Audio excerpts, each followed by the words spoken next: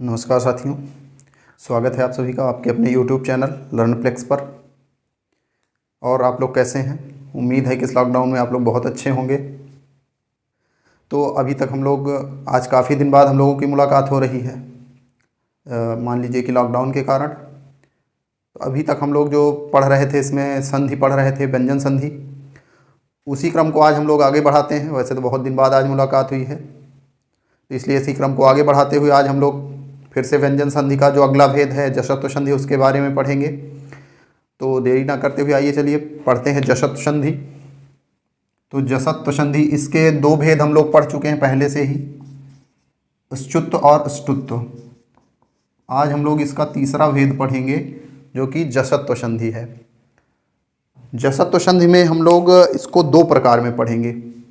एक तो है आपका पदांत जशत्व, पदांत जशत्व, और दूसरी इसी में हम लोग पढ़ेंगे अपदांत जशत्व, अपदांत जशत्व। ठीक है, जशत्व संधि को ही दो प्रकार में तोड़ दिया गया है, एक आपका पदांत जशत्व और दूसरा अपदांत जशत्व।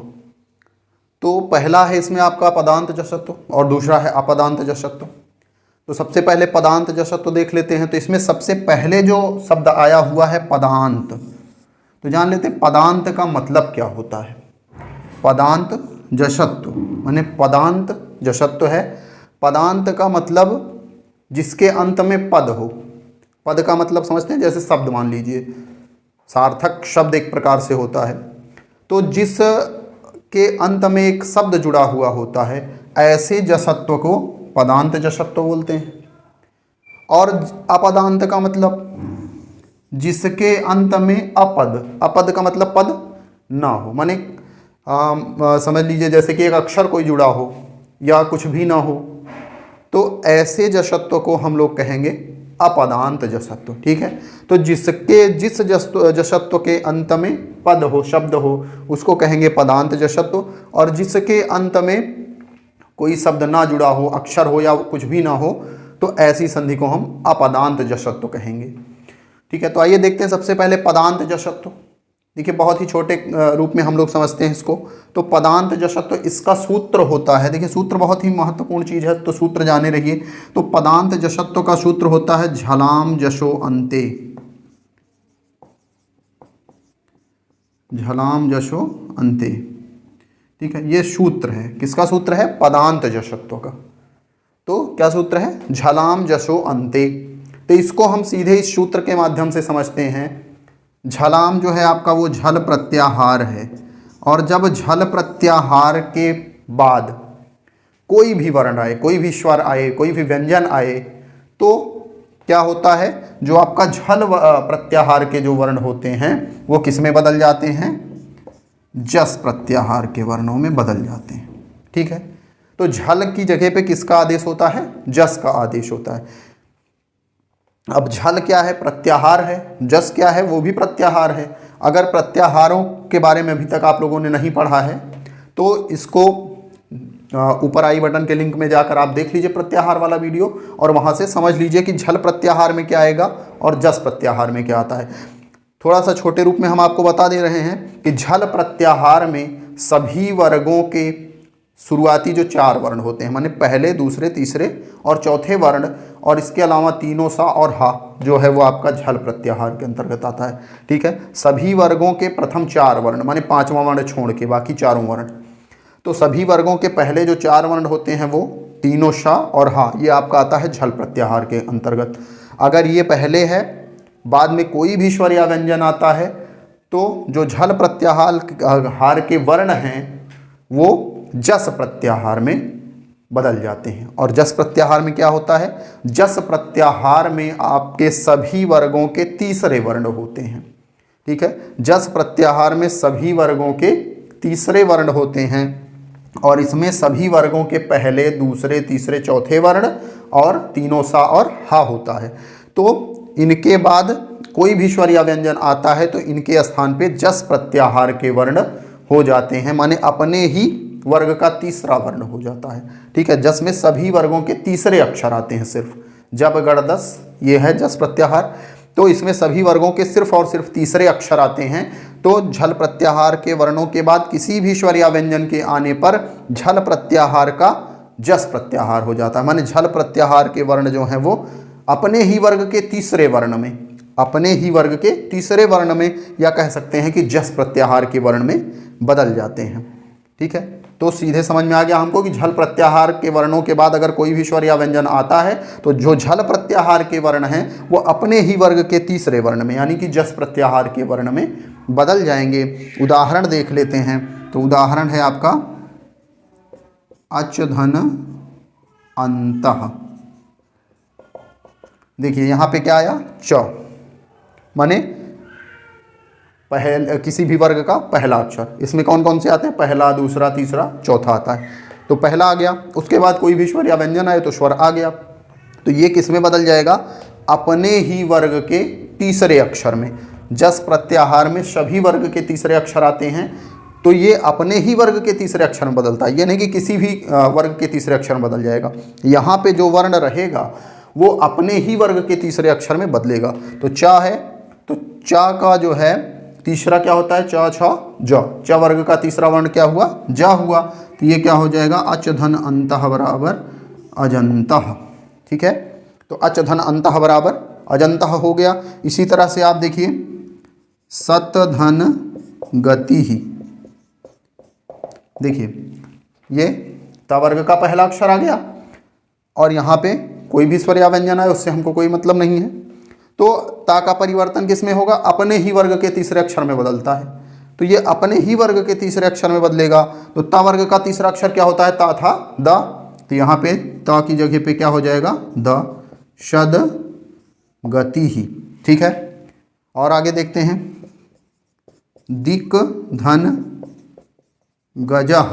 देखिए का आया, इसके बाद कोई भी स्वर या व्यंजन आता है तो का किस में बदल जाएगा, अपने ही वर्ग के तीसरे अक्षर में यानी कि का खा ग। तो ये आपका हो जाएगा दिग्गजः। ठीक है, इसी तरह से आपका आता है शुप धन अंतः। शुप धन अंतः।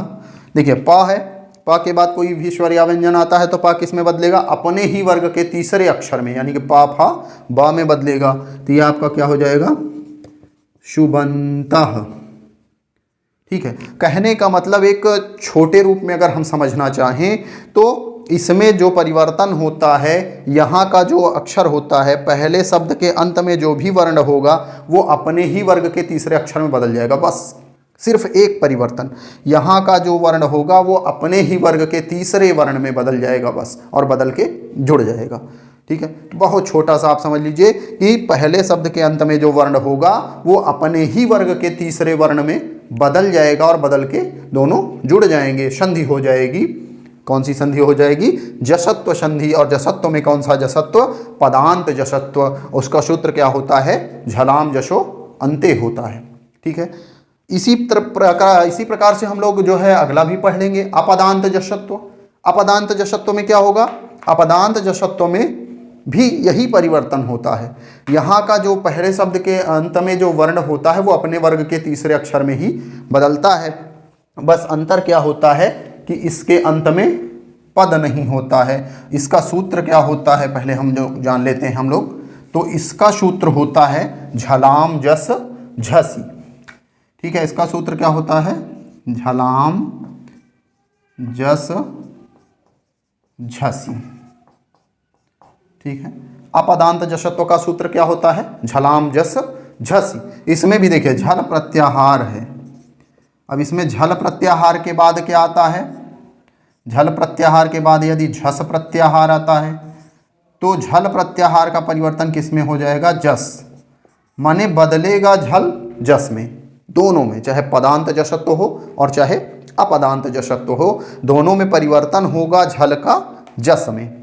झल का परिवर्तन जस में, झल प्रत्याहार का परिवर्तन जस प्रत्याहार में होगा। बस इसमें क्या था कि इसमें बाद में कोई भी वर्ण आ सकता था, लेकिन इसमें क्या होगा, झल के बाद क्या आएगा, झस प्रत्याहार का वर्ण आएगा। और झस प्रत्याहार में क्या आता है, सभी वर्गों के चौथे वर्ण आते हैं। देखिए झभई घड़दस, इसमें जब हम लोग जोड़ेंगे झभई घड़दस और जब गड़दस, इतने आते हैं। तो इसमें जब हम लोग जोड़ेंगे तो सभी वर्गों के चौथे और तीसरे और चौथे वर्ण आते हैं बस। और ये भी परिवर्तन सिर्फ होगा झल का जस में, माने पहले शब्द के अंत में जो रहेगा वो अपने ही वर्ग के तीसरे वर्ण में वो बदल के जुड़ जाएगा। उदाहरण के लिए जैसे इसमें हम लोग देख लेते हैं क्रुध धन धह। देखिए यहाँ पे क्या आया, झल का आया। झल में सभी वर्गों के पहले दूसरे तीसरे चौथे वर्ण तीनों सा और हा आते हैं। तो ये क्रुध कौन सा आया, चौथा है। और यहाँ पे क्या आया, झस, माने तीसरा या चौथा आना चाहिए, तो ये चौथा आ गया। परिवर्तन इसी का होगा झल का जस में, माने यहाँ पे जो वर्ण होगा वो अपने ही वर्ग के तीसरे वर्ण में बदल जाएगा। तो धा जो है वो त वर्ग का वर्ण है, ता था दा धा। उस वर्ग का तीसरा वर्ण क्या होता है, ता था दा। तो ये बदल जाएगा अपने वर्ग के तीसरे वर्ण में द, क्रुद्ध। इसी क्रुद्ध को हम लोग कैसे लिखते हैं, ऐसे भी लिखते हैं, ठीक है। धा पूरा होता है और दा आधा होता है, ठीक है। तो इसी में और हम लोग देख लेते हैं लभ धन धह। देखिए यहाँ पे चौथा वर्ण आया, यहाँ पे झल प्रत्याहार का वर्ण आया। तो झल प्रत्याहार का जो वर्ण है वो जस प्रत्याहार के वर्ण में बदलेगा, माने यहाँ का जो अक्षर है वो अपने ही वर्ग के तीसरे अक्षर में बदलेगा। और भा किस में आता है, प वर्ग में आता है, पा फा बा भा। तो उसका तीसरा क्या होगा, पा फा बा होगा। तो ये बा में बदल जाएगा, माने क्या हो जाएगा, लब्धः। ठीक है, क्या हो जाएगा, लब्धः हो जाएगा। इसी तरह से देखिए योध धन धा, क्या हो जाएगा, योद्धा। ठीक है, और सुध धन धा, धा का परिवर्तन किस में होगा, द में, क्या हो जाएगा, शुद्ध। इसी को हम ऐसे भी लिखते हैं, शुद्ध।